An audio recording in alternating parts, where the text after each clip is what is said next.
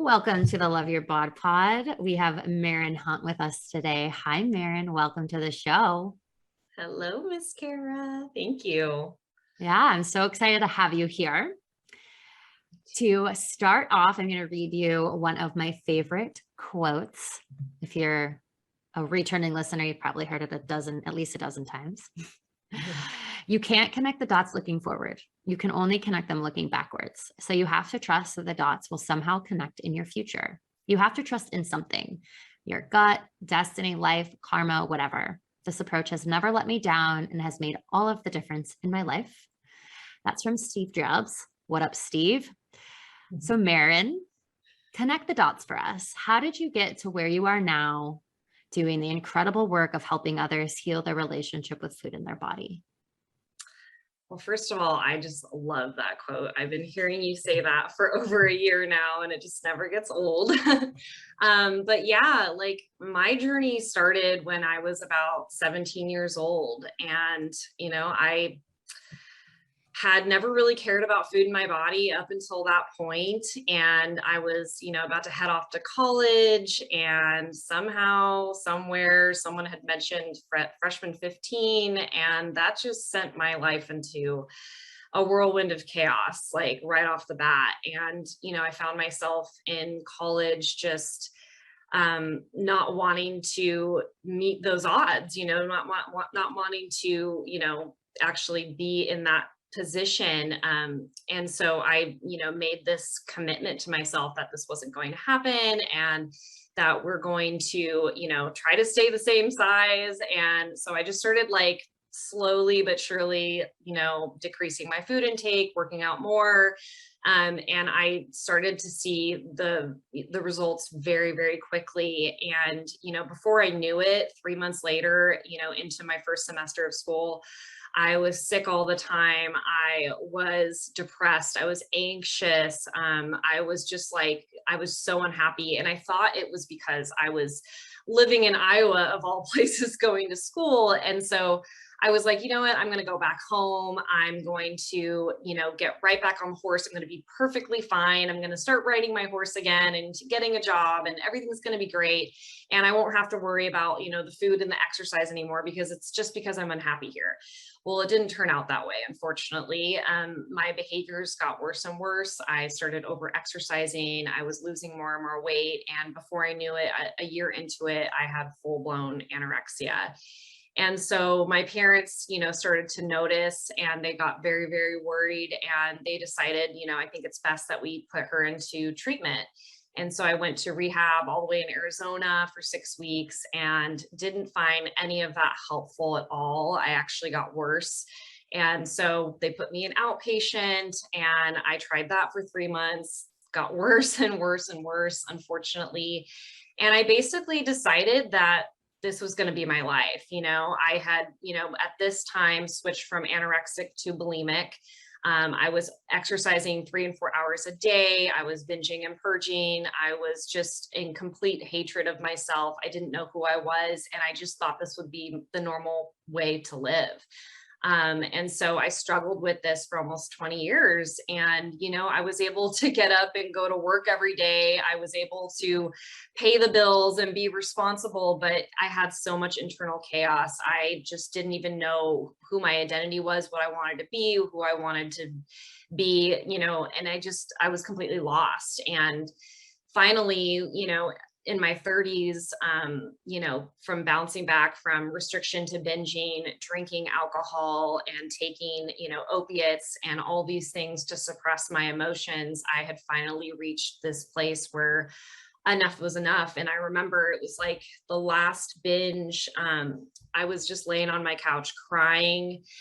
And I just was speaking to the universe or God or whatever, and just saying, like, I cannot see my life moving forward like this for another second, because I either have two choices. It's either you stay in this and you die early, or you get the help that you need and you immerse yourself 100% and commit to this. And that's when my journey to recovery started, and that's how I met you. And, you were my guiding light. And I remember having a specific conversation with you in one of our calls, And I had said, like, I cannot not share this information that I'm learning, that, I never knew anything about diet culture, internalized fat phobia. None of these things were mentioned in my treatment programs. And I'm learning so much from you. And I'm, reading all these books and podcasts. My whole life was recovery. And so I was like, I really want to help people. And I remember you saying, you were talking about your program and your coaching program and Rebel Academy, and I was like, yes, I want to do this. Like, I really want to help other women heal their relationship with food in their bodies, and that's how it started. So yeah. Thank you so much for sharing all of that, and so happy that you went through coaching and the ERA. I'd love to track back and ask you a couple of other questions, some things that you had mentioned with your story. Yeah. So it sounds like prior to going away to college, you didn't really have a history of dieting.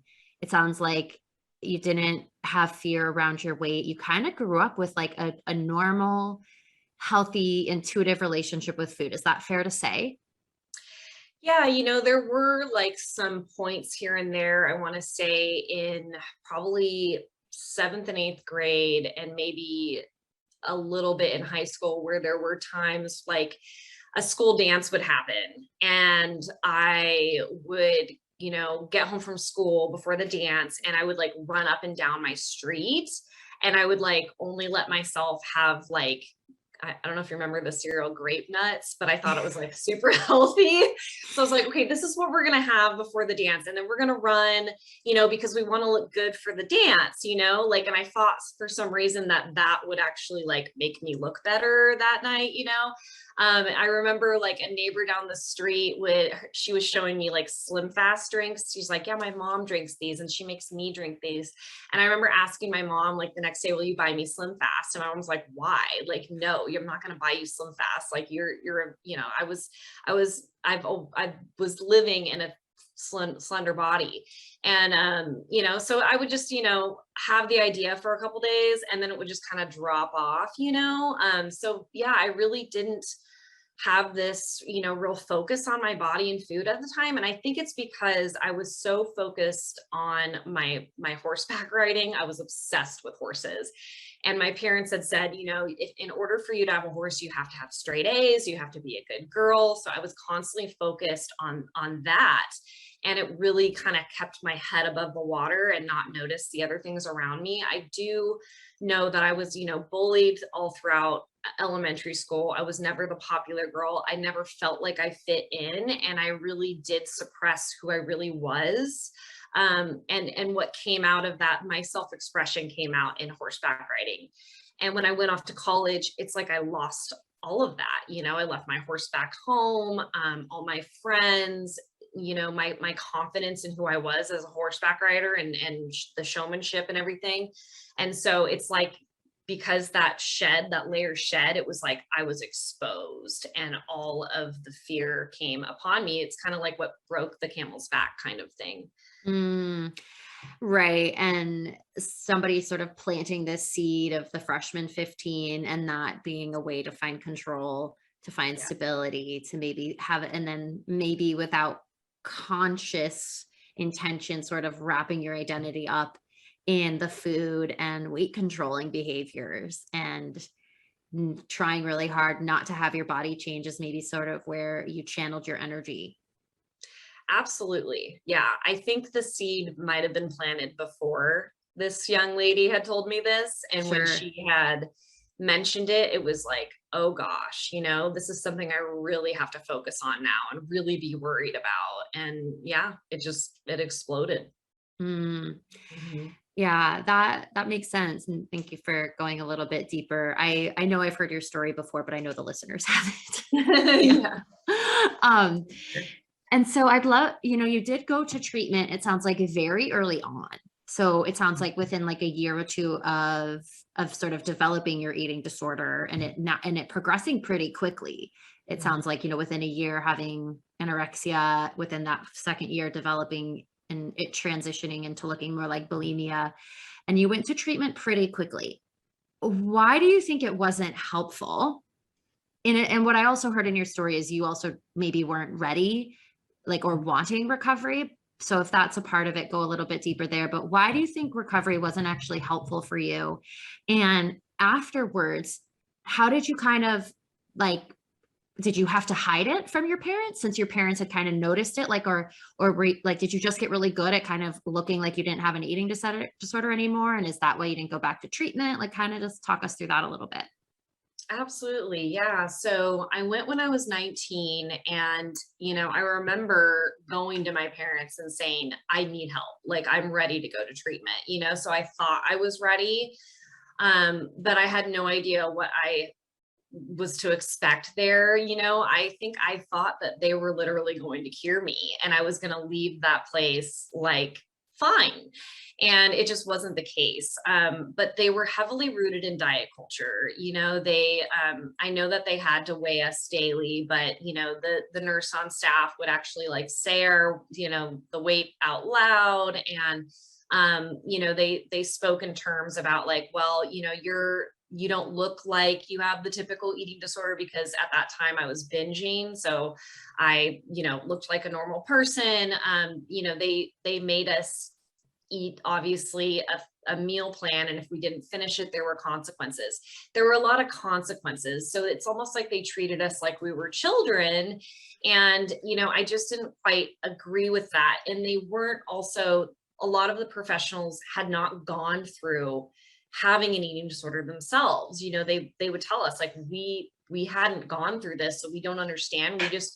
We're going by the textbook, and I get that what they're saying and everything, but it's like, well, then how do you expect me to, how can we relate to each other here, and they basically said, for the rest of your life, you're probably going to have to avoid gyms. You're probably going to have to avoid restaurants, and live in this bubble. And I just kind of like stood back and said, but that's what I'm doing now. And I don't want to keep living my life like this. So really the principles that they were teaching, I just wasn't in alignment with. Even at 19, I just knew that there's something off about that. And I also learned, some pretty bad behaviors when I was in treatment, being around a lot of these women who were really sick themselves and were also not quite ready to, fully recover. So I came out of there worse off than I had began. I, had become weight restored, and I was determined to lose the weight afterwards. So going into outpatient treatment, was kind of the same thing. It was all about the food. All the talk was about food. They didn't talk about diet culture. They didn't talk about intuitive eating, health at every size, internalized fat phobia.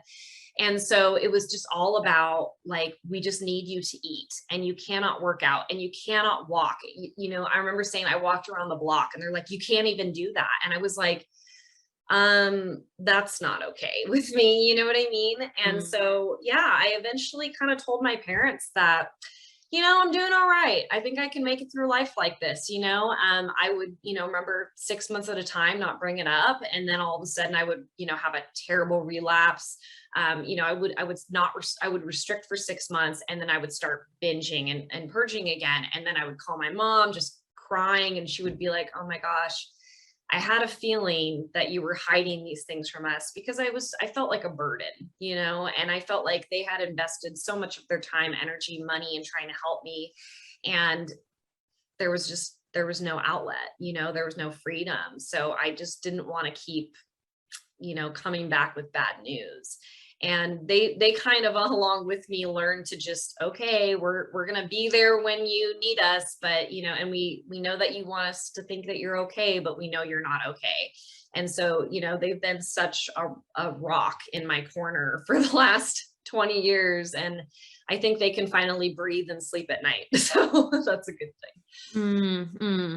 Yeah. Yeah. Okay. So it sounds like you had 15 or so years of this cycle that you had shared, and of kind of just living life with an eating disorder, right? Or like, as Lindsay Hall says, living life with a caveat.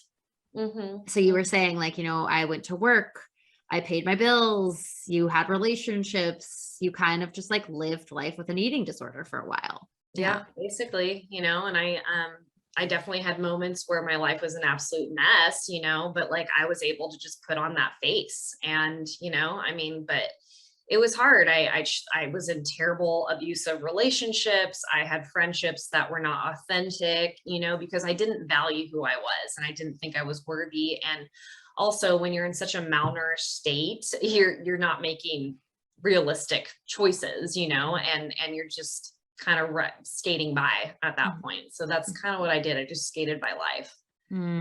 Yeah. So I'm kind of curious, was that because like, did you think that there was no hope? And so you were kind of like, well, this is just like what I have to do. Or were you like resistant to getting help? Like, was there a part of you that didn't want to get better until eventually you hit that rock bottom that you talked about? Or did you believe like, oh, I'm not sick enough? I definitely believed I wasn't sick enough for the longest time, because it's like as soon as I would ask for help again, because there were definitely bouts of periods of time in the last 20 years that I would seek out, a therapist or seek out a group therapy program. And then it's like my eating disorder ego would come in and say, oh no, girl, we got this. Like, we're going to be just fine. You don't need their help. You don't even agree with what they're saying. And they're saying all the wrong things. And so I would literally do a week of treatment and then back out. And then a year later, I would be like, reach, what I thought was rock bottom again and go ask for help, do maybe 2 weeks. And then my ego would come back again, and it was always this, yeah, no, you're really not as sick as you think you are. Like, you've been living life, you're able to like do your job and, you have, made some pretty good decisions. You did start going back to school, maybe you aren't physically, mentally, emotionally present, but you're doing something. And it finally hit me, a couple of years ago when I was like, this is just not living a good life. Like, I'm never going to be able to get married. I'm never going to be able to have kids. I'm never going to be able to have a career that I'm passionate about, because I don't even know who I am or what I want.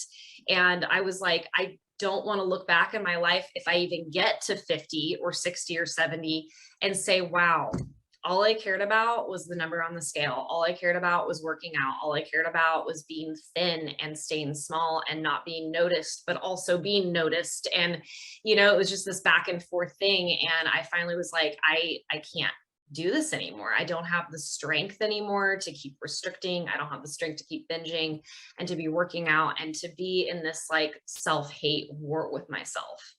Yeah. I think a lot of people can relate to that, like what you just really shared. So not only like not feeling like you were sick enough or being like, yeah, I'm going to get help. And then having that eating disorder ego come in and be like, nah, we're good. Right. And kind of being in the cycle, like sort of just living life in an eating disorder cycle and kind of having this reckoning of like, this isn't really the life I want to live, and I'm not going to get to live the life that I want to live. And do I really want to go on another decade or 2 or 3 or 4 or whatever, and then look back on my life and be like, oh my gosh, I spent most of it obsessing about food and weight and the number on the scale and exercising. And yeah. I just, I was like, I don't want to, it's like the bathroom was my worst enemy, and I just don't want to live like that anymore, and I thought I had hit rock bottom so many freaking times, but this last time was just the time where I literally gave myself those 2 choices, and I was like, you know what, there's a part of me that wants this so freaking bad right now. And I reached out to my old therapist that I had known for like 10 years, that I'd like, would go to her, leave her, go to her, leave her. And I finally said, okay, I need your help. And she just started recommending me reading all these books and listening to these podcasts. And that's when I came across your podcast. And it's like, you spoke to me, and that I finally was like, okay, we're just going to reach out to her. What do we have to lose? And it was amazing, the fact that our stories were very similar. And you spoke to me about things that I had never heard about, where we had paid, tens of thousands of dollars to get me help. Right. And so I was so grateful for that time, and I still am. I remember our discovery call, and I also love hearing a therapist recommend me. That always makes me smile and just makes me feel like, oh, okay. I kind of love that. Yeah. So shout out to your therapist as well. But yeah, I remember our discovery call, and I remember you were pretty emotional on it. and it was like, okay, like I'm ready to do it. I'm going to do it. Like I'm ready this time. And like, yeah, I don't know. I'm curious of your perspective. Do you believe that you have to get to that place where it's like you have those two choices? It's like, because I really resonate with that, like really getting to that rock bottom where you're like, I'm either going to die because of this in whatever way, right? Or I'm going to get better. And like, that's it. It's like black and white. And like, that's how it was for me. Like I had a very, very profound moment where I was like, I don't care about being skinny. I just want my fucking life back. And I really got that, like, I'm going to die. And it was probably going to be suicide for me, or I'm going to get better. Do you feel like you need to get to that place? I feel like this can kind of be different for a few people. And what I'm saying here is I've met some people that like started their anorexia or bulimia, when they were probably a teenager. And I've talked to them and they're like, yeah, I just kind of grew out of it. Or like a mentor spoke to me one day and said, you're going to die if you keep doing this. And so I just stopped. And it was just, and I'm always like, whoa, how did that happen? Like, because I had been told so many times I would die, and it didn't stop me from doing these behaviors. It didn't stop me from wanting to be thin. So I think honestly, it kind of depends on the person. Yeah. But I feel like the majority of the people that I've met that have gone through this have had to hit rock bottom more than once. They've had to just finally reach this point in their life, because when it comes to unhealthy coping mechanisms, we tend to use them for much longer than we intended to. And we get so lost in it and we don't know what it's like to not use it. So that's why sometimes it could take years. It's like somebody with alcoholism.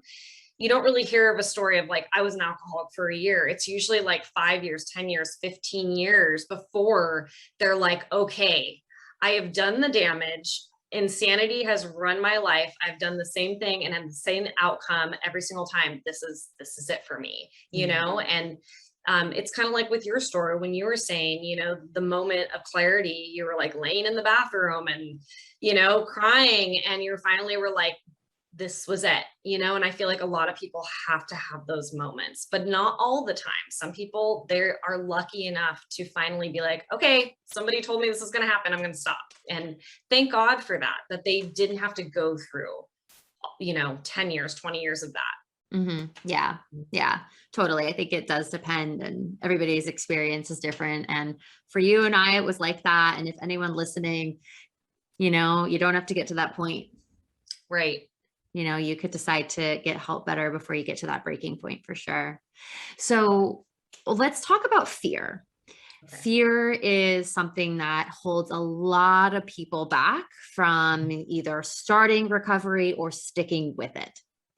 So what are some of, so you're a coach now, you've had a ton of incredible training. You went through the Embodied Rebel Academy, you went through IIN, you went through your own personal recovery. So you have tremendous amounts of lived experience. You're currently coaching people. So what are some of the common fears that you see, and what would you offer people who are afraid? Yeah. So one of the biggest, obstacles I've come across is like the fear to even start recovery. And, what I always tell them is like, you can still move through recovery with fear. And, of course, the weight gain is one of the biggest things, and so what I try to do is I try to coach them through the fear, and I try to say, fear is this object of your awareness. If you can try to detach that from being, within you, and not be at the reaction to it, and actually look at it head on, as this entity, this fear, this emotion is just trying to keep you safe. It's just trying to protect you from disappointment, from the unknown. But you, at the end of the day, get to choose how you want to react to it and how you choose to be. And so behind that fear is the breakthrough. It's the healing.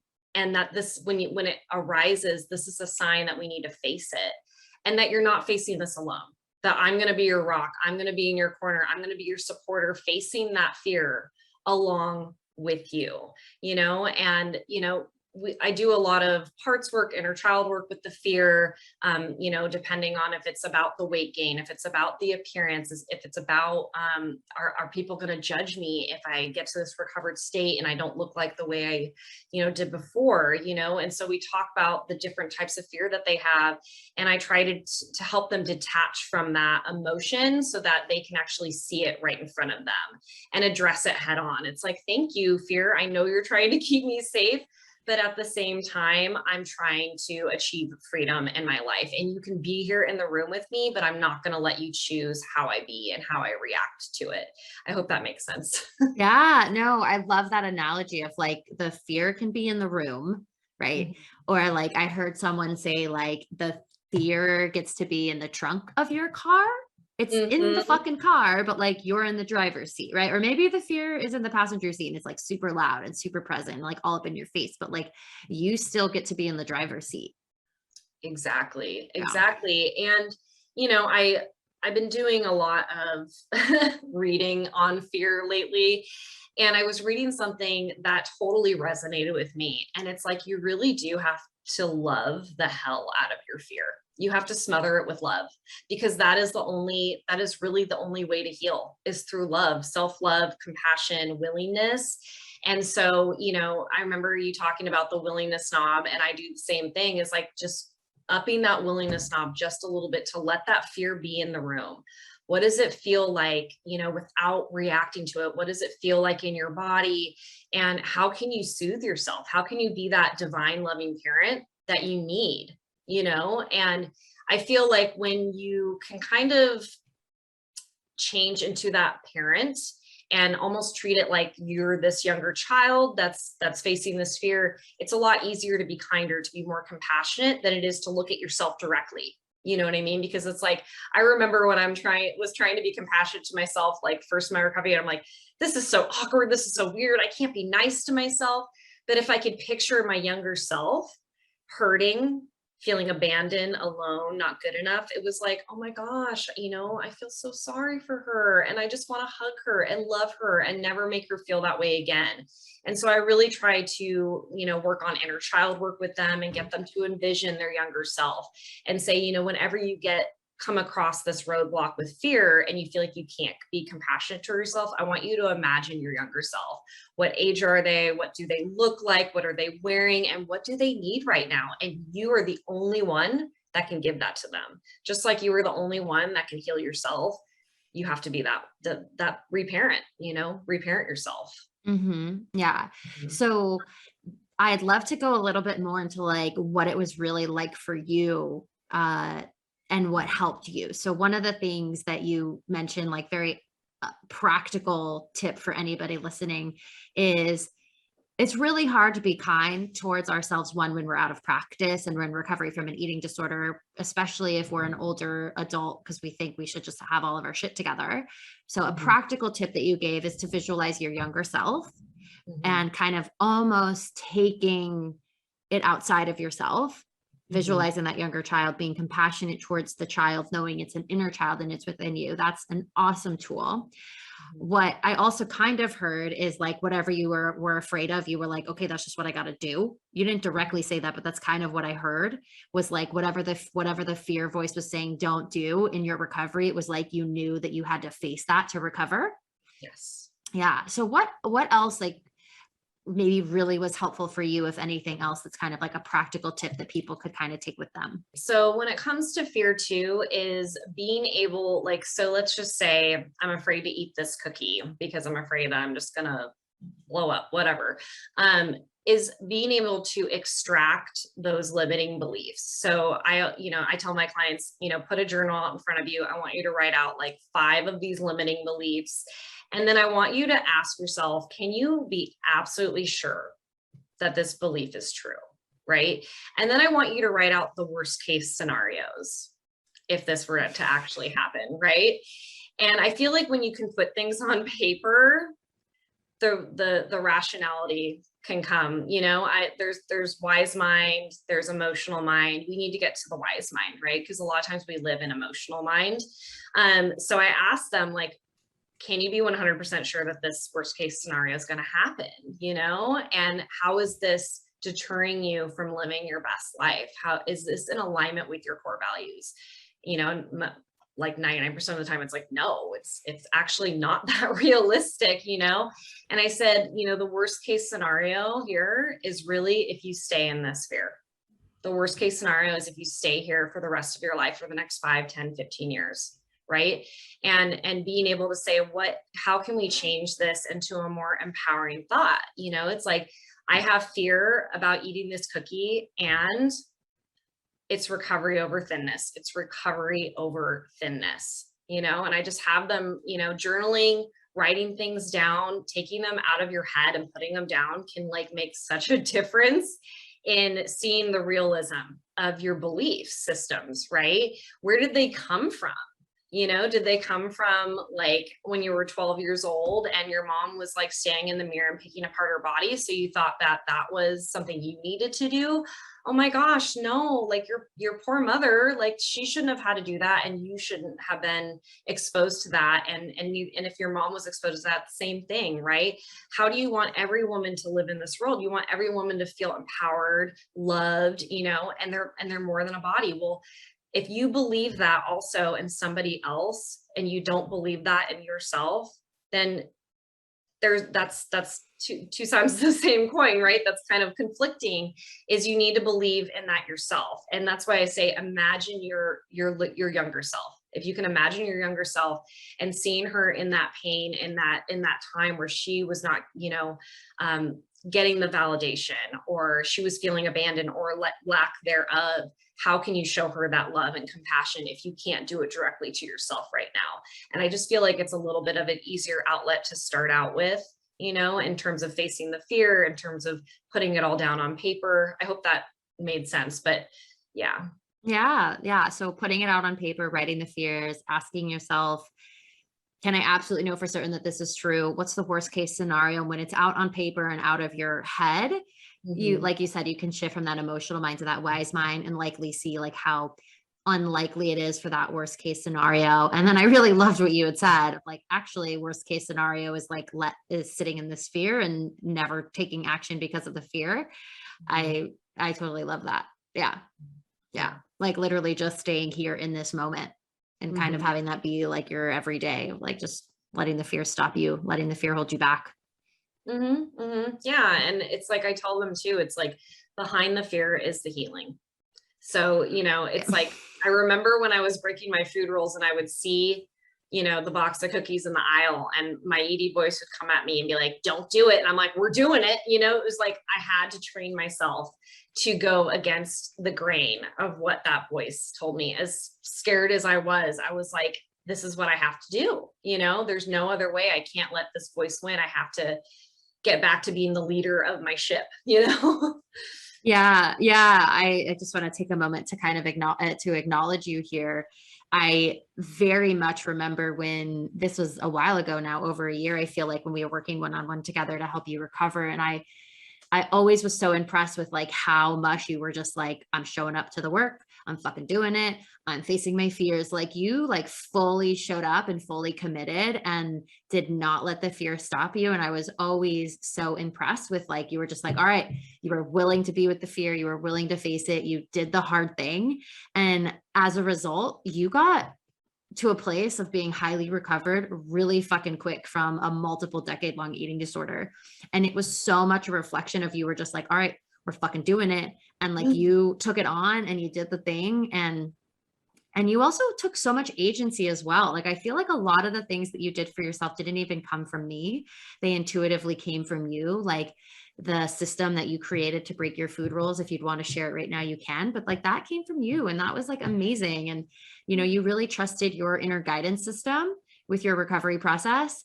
And, yeah, I'm just like proud of you. And I know you're helping others. And yeah, so I just wanted to acknowledge you because like you fully were like, fuck the fear, bitch. I'm eating the cookies. I know. Thank you so much. I think part of that too was learning to get mad at diet culture. I went through like a rebellious stage too you know, which they kind of, some people say like, get mad at diet culture, you know, and I did, I got really upset because when you were educating me on what diet culture was, because I literally had never heard about it in my life, I was like, I immediately was like, I'm getting out of the water of diet culture right now, you know? And so thank you so much. I really appreciate you acknowledging that. And, you know, I think I've never committed to something more than my recovery in my life, other than riding horses. But yeah, I just I didn't want to live another minute in that place that just felt so, it was just miserable, you know? And when it came to breaking my food rules, yeah, I just started writing a list of like, it was like easiest to hardest food rules. It was like 3 columns.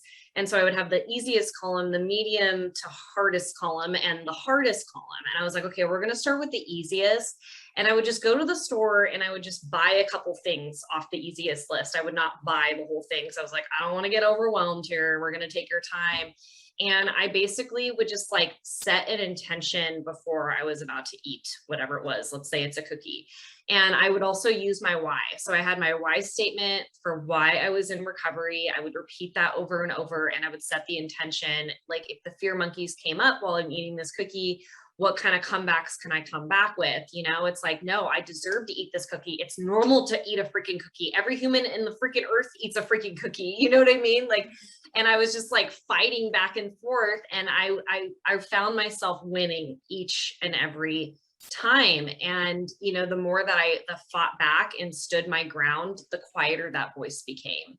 And the more I realized that, like, oh my gosh, you know, like, yes, I'm gaining weight, but I'm gaining so much more than just weight. I'm gaining my life back. I have energy. I can sleep. I have freed up mental real estate. Now I'm actually going towards, you know, my passion. I'm, you know, in a coaching program. Now I'm in another coaching program. Now I'm in another certification program and workshop, because I'm fueling my body and nourishing it with the foods that it needs and it wants and desires. And like, being able to actually like be present for holidays is like abso-freaking-lutely amazing, because I don't remember the past holidays. I was like literally starving all day and then binging all night. And now it's like, this is so freaking worth it, you know, to be able to be in this place where, yeah, okay, I've weight restored and I may keep gaining weight. Who knows? Like as we age, that's what happens. But I am here for it. I am here for the experience of life, because you only get one life. That's all you get. And tomorrow is not freaking promised. And we get so complacent and forget that happens. And I have to constantly remind myself of that. Like, we got to live for today. We got to set the intention and live for today. And that's pretty much how I was trying to live out my recovery, was like, we've got to make this work, and we got to keep fighting that voice. Yeah. Yeah. Beautiful. So you did mention, you know, you noticed like your body was changing through recovery, and that happens to a lot of people. Some people gain weight, some people's weight stays the same, some people lose weight, you know, like who knows what will happen with your weight through recovery. It kind of depends on where you are in the cycle compared to your set point. But what helped you? So, you know, like body image and fear of weight gain and body shame, like that's such a common thing that people struggle with in this process. So you did give us a little bit of like your mindset and your values and your why, you know, but what like really helped you day to day? So that was kind of like a big picture. Like, I want to be present on holidays. I don't know, tomorrow's not guaranteed, you know, but like what helped you day to day with when your body was changing? I'm assuming there were some hard days in there. Oh yeah. So what was the sort of like the lubricant of this process? Okay. So the first thing I did, honestly, was I really took inventory of like media consumption. I stopped following people that, you know, made me do the comparisonitis trap. So I stopped following all fitness people, all people that remind me of diet culture, anything that triggered me. And I started following like body diversity accounts that promoted recovery, intuitive eating, you know, body wisdom, all that stuff. And I just was like immersing myself, because I knew that I had internalized fat phobia and I had to heal that part as well.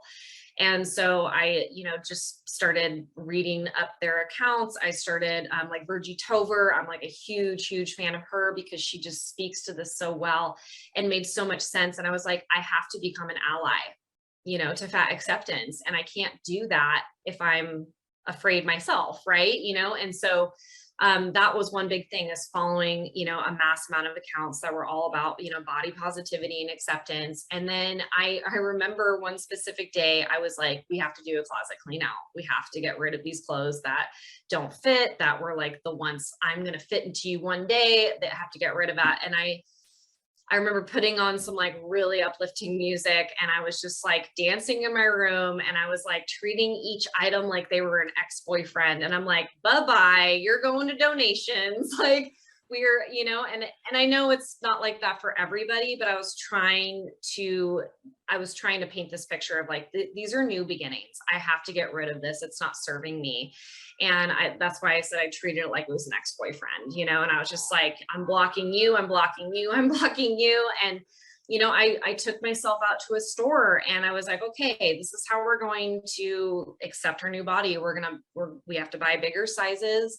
I did all the different like squat, bend over dance techniques in the fitting room to make sure that these things were going to be comfortable. I wore, like a lot of loose clothing for a while, so that I could not have to feel as much, and there was a lot of months where I was bloated because I was actually nourishing my body, and my digestion was, trying to build that muscle again, as you could say, and build all the digestive enzymes back in. So I was dealing with a lot of bloating and distension. And so I bought a lot of really just comfortable clothes. I was hydrating myself. I was reminding myself that bloating does not last forever, and that it's just like, it's like a muscle. You don't use this muscle for so long, it becomes weak. And so we have to start building this muscle back up again of, getting used to our body changing, getting used to our digestion changing. And I really had to break down like the word fatness and cellulite. I really had to like dig deep into those meanings. And I started researching about cellulite and how it's completely normal in women, that like literally 99.9% of women have it. Men have it too. It's just our, skin fibers are in a different direction than their skin fibers. That's like the only difference, and I just did a lot of education on what our bodies do for us. And I grew this appreciation for my body. And I was like, you know what? My body is literally the catalyst that's carrying me through life. And so I have some fat on it. Oh, freaking well. If people are going to judge me and not like me, I don't want them in my life, and I'm not the type of person where I would do that to somebody else. I want to be somebody's friend based on their character and what they have to offer and their personality and how kind they are.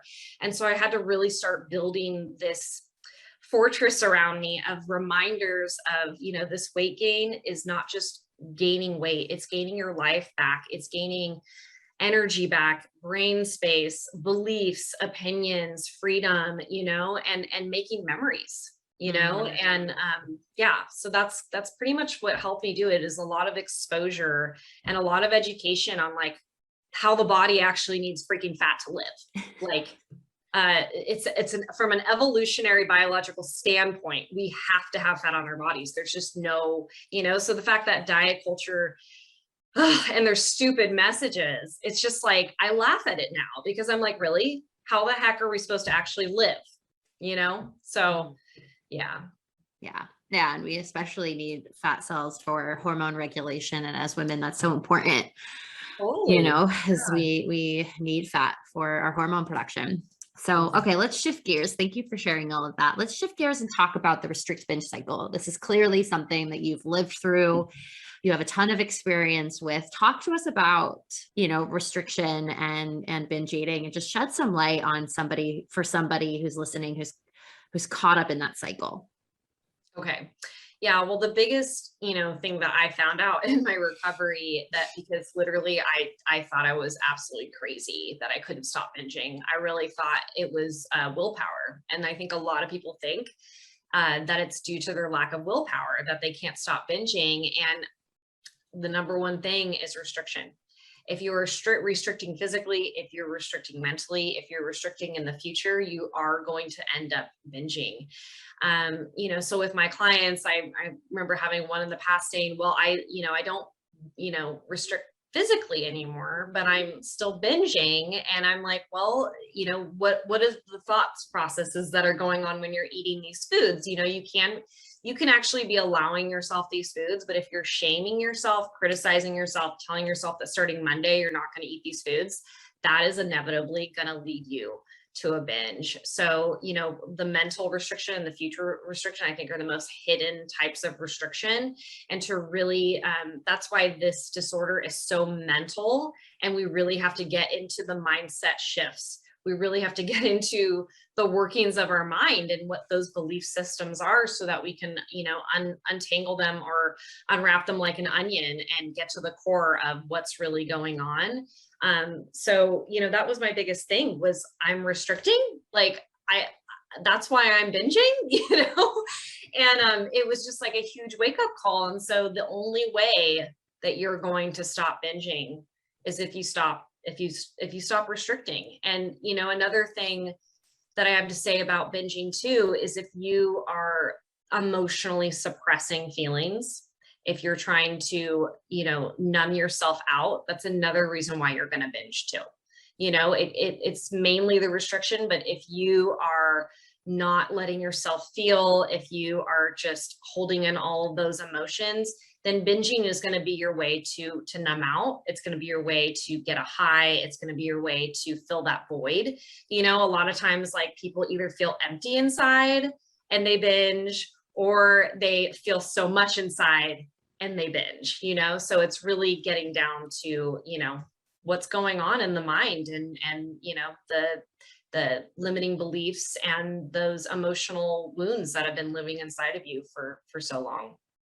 Yeah. And I think really speaking to the mental component is so important. And it kind of tracks back to what you were sharing about your experience when you were in inpatient and outpatient, about how so much of it was just about the behaviors. Like, it was like, you just need to eat and you just need to get weight restored. And it wasn't actually really like looking underneath the hood of the behaviors, right? So it's like, we have this restriction behavior, we have this binge eating behavior, we have maybe an over exercising behavior, and we're just trying to fix the behaviors at the behavior level, as opposed to really getting to the root and the source and the foundation. And I feel like for every single human being who's struggling with an eating disorder, you have to really take a look at your thought process and your mindset and your beliefs. Mm-hmm. Because when you start to do that, you can actually start to see like what's going on in your mind and inside yourself before the behaviors even occur. Mm-hmm. And so when you start to bring your awareness and you start to observe yourself and become more conscious, of all of the thoughts and all of the beliefs and all of the food rules, you can then start to see, okay, well, what thoughts lead to what action? Okay. And do these different types of thoughts lead to different types of action, different types of behaviors? And I think sometimes we forget that, right? We think I just need to sit on my hands and not go to the refrigerator. Like, that's the solution. And it's like, well, if you think about somebody in your life who's like, doesn't binge eat, do you really think that like the difference between you and them is like they're just more effective at sitting on their hands?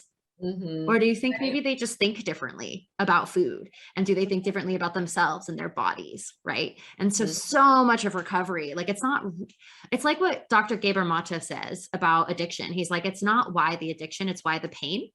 Mm-hmm. So it's not why the behaviors, it's not why binge eating, right? It's like, what's the pain? What's the beliefs? What's the thought process?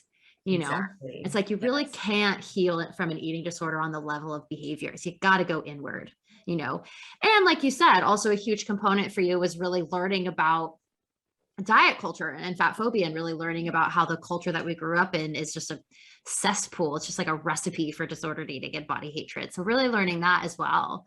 Mm-hmm. Yeah. I kind of went off on a tangent there. No, it's all good. And I completely agree with you. I think, I thought a lot of it was behavior oriented, and that's all we needed to stop doing is like, just stop the binging. And it's like, no, we've, like you said, we got to go under the hood. We got to investigate, where did these beliefs come from? And what are the thoughts that are going on before this binge happened? And I remember retracing those thoughts and being like, oh yeah, okay. I remember, like, I didn't eat breakfast, and then I worked out for 2 hours, and then I told myself I was only going to eat this today. And then I got to work and I started smelling all the French fries and the burgers. And I was trying so hard to not eat the one French fry that I came home that night and binged on 50 million French fries and 5 burgers.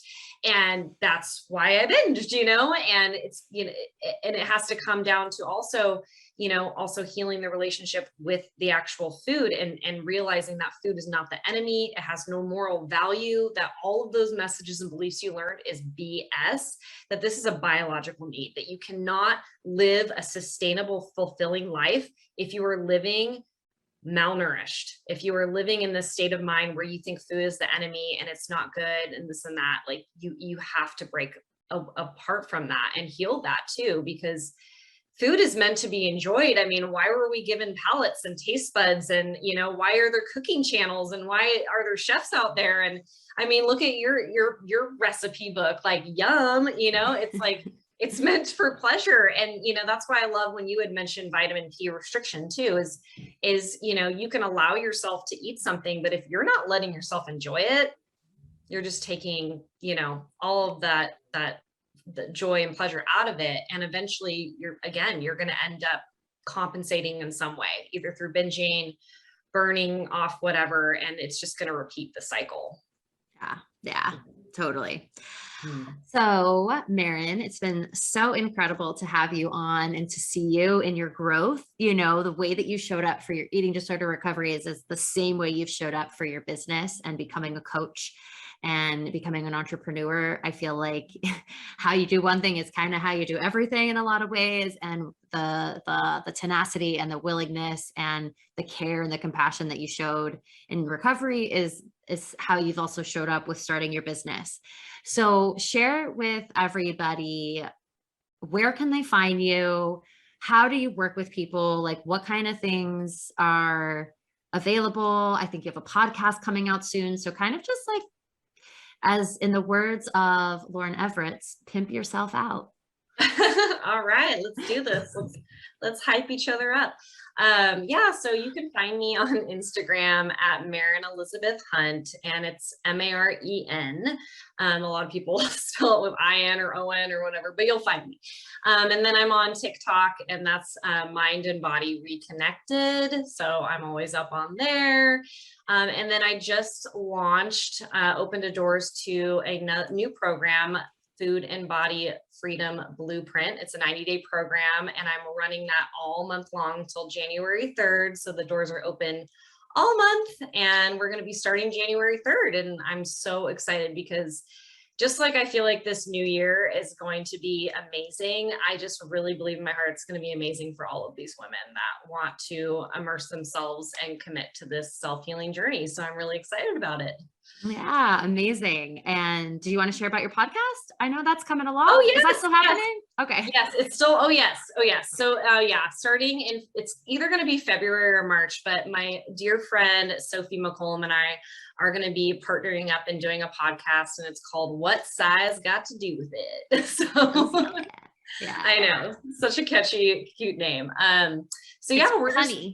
Yeah, it is. And we're going to try to get that song to like be in the background, but without the words, so that I can like kind of, anyways, that's going to be fun, is getting the podcast equipment and learning how to do all of that. But I'm just so excited. Like, I'm really excited for her and I to be venturing on and just continue to spread these messages, Mm-hmm. We've all got to keep spreading this message. Yeah. We're changing the world.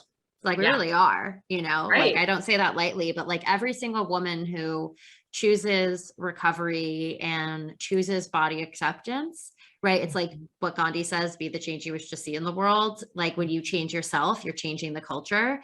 And so the work that you and Sophie are going to be doing and everybody listening, right? Like we're actually changing the future for future generations of women by changing ourselves. And so I think it's just really courageous and amazing and inspiring. And, you know, who knows how long it'll take to like dismantle diet culture. I'm not sure, but like I know we're actively working towards a world free from that, which is pretty amazing. And you said Food and Body Freedom Blueprint is the name of your program. Yeah. Awesome. Yes. Awesome. So anyone who wants to connect with Maren, be sure to find her on Instagram. Thank you so much, Maren, for being here. Thank you so much. It was such a pleasure. And I just love the heck out of you. So thank you. I love you too. Thank you so much for listening to this episode with Maren. I hope that you got so much value out of it. Be sure to subscribe to my channel so you don't miss out on future value-packed episodes of the Love Your Bod Pod.